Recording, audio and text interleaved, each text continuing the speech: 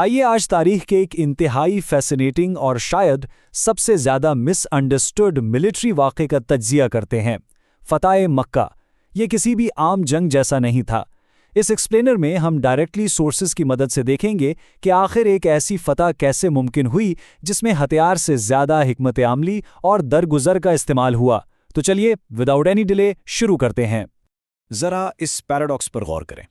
आमतौर पर जब भी किसी इंपॉर्टेंट शहर पर हमला होता ना, तो वहाँ मैसिव तबाही और खून खराबा लाजमी समझा जाता है। लेकिन यहाँ हम देखते हैं कि एक अजीम शान 10,000 की फौज एक हाईली कंटेस्टेड शहर में दाखिल होती है, और वो भी वर्चुअली किसी खून खराबे के बगैर।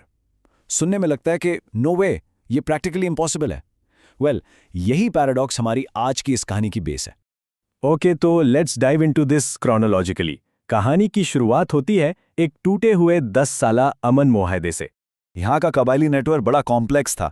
बेसिकली एक तरफ बनु बकर का कबीला था जो कुरैश के पुराने अलाइज थे, और दूसरी तरफ बनु खुज़ा थे जिनका मुसलमानों के साथ अलायंस था। ये पूरा पीसफुल सिस्टम तब कोलैप्स हुआ जब बनु बकर ने ओपनली बनु खुज़ा पे हमला कर दिया। ये सिर्फ एक छोटा मोटा कबायली झगड़ा नहीं था, बल्कि ये उस 10 साला पीस ट्रीटी की बिल्कुल खुली खिलाफ वर्जी थी जिसने एक चेन रिएक्शन को ट्रिगर कर दिया। अब जब कुरैश को थॉरली रियलाइज हुआ कि उनसे कितनी बड़ी ब्लंडर हो गई है और डैमेज हो चुका है, तो उनके prominent leader Abu Sufyan literally खुद मदीना दौड़े ताकि किसी तरह इस मुआहदे को बचाया जा सके।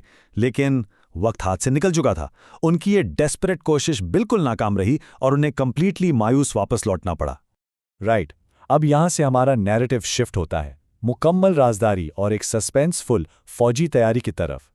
प्रॉफेट मोहम्मद सल्लल्लाहु अलैहि वसल्लम ने इस मौके पर जो स्ट्रैटेजी अपनाई वो किसी ब्रिलियंट एस्पियोनाज ऑपरेशन से कम नहीं थी।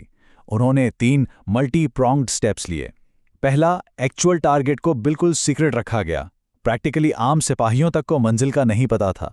दूसरा, एक छोटी सी डीकॉय फोर्स रोमन एम्पायर की बॉर्डर की तरफ भेज दी गई ताकि कुरैश का ध्यान पूरी तरह भटक जाए। और तीसरा और सबसे क्रूशल स्टेप था कंप्लीट इंफॉर्मेशन ब्लैकआउट एंश्योर करना। और अब इस पॉइंट पर एक बड़ा ट्विस्ट आता है। ये एब्सोल्यूट सीक्रेसी तकरीबन खत्म होने वाली थी। एक सहाबी ने जज्बाती तौर पर अपने रिश्तेदारों को वार्न करने के लिए मक्का एक खुफिया खत रवाना कर दिया। अगर ये खत वहां पहुंच जाता तो the whole element of surprise totally wash out हो जाता। लेकिन डिवाइन रेवलेशन यानी वही के जरिए प्रॉफिट सल्लल्लाहु अलैहि वसल्लम को इसकी आगाही मिल गई और उस खत को सक्सेसफुली रास्ते में ही इंटरसेप्ट कर लिया गया। That was close. ओके, अब जब रास्ता साफ था तो आगे बढ़ते हैं असल मार्च की तरफ। यहां इस फोर्स का स्केल और intimidation factor literally game changer थे। 8, ये सिर्फ एक सिंपल नंबर नहीं है, ये 8 लंबे सबाराजमा साल थे। जरा उस इमोशनल वेट को इमेजिन करें। 8 साल पहले मुसलमानों को मजबूर किया गया था कि वो अपना शहर, अपना घर छोड़ दें, और अब इतने लंबे अरसे बाद वो लोग अपने घर वापस जा रहे थे। ये एक बहुत ही हैवी और जज्बाती मोमेंट था।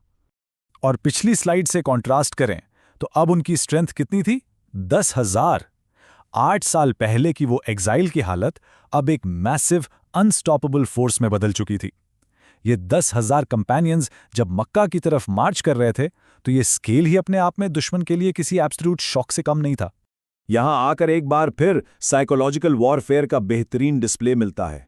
खून खराबे से बचने के लिए प्रॉफिट सल्लल्लाहु अलैहि वसल्लम ने हुक्म दिया कि रात के वक्त शहर के गिर्द 10,000 आग के अलाव रोशन किए जाएं। जरा उस मंजर को विजुअलाइज करें। पहाड़ों पर जलते हुए इन हजारों शोलों ने ऐसी दहशत और खौफ तारी किया कि अबू सुफियान ने नेचुरली तस्लीम कर लिया, सरेंडर किया और इस्लाम कबूल कर लिया। एक भी तलवार निकालने से पहले ही असल फतह हो चुकी थी। तो इस पीसफुल सरेंडर के बाद वक्त आया एक्सप्लेनर के क्लाइमैक्स का, काबा की वापसी और बिल्कुल एक अलग अंदाज में एंट्री।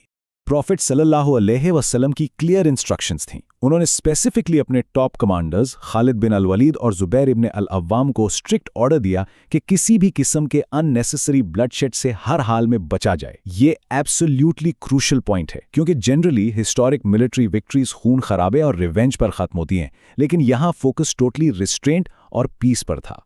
और ये इवेंट ब्रिलियंटली इलस्ट्रेट करता है कि असल वैल्यूज क्या थीं।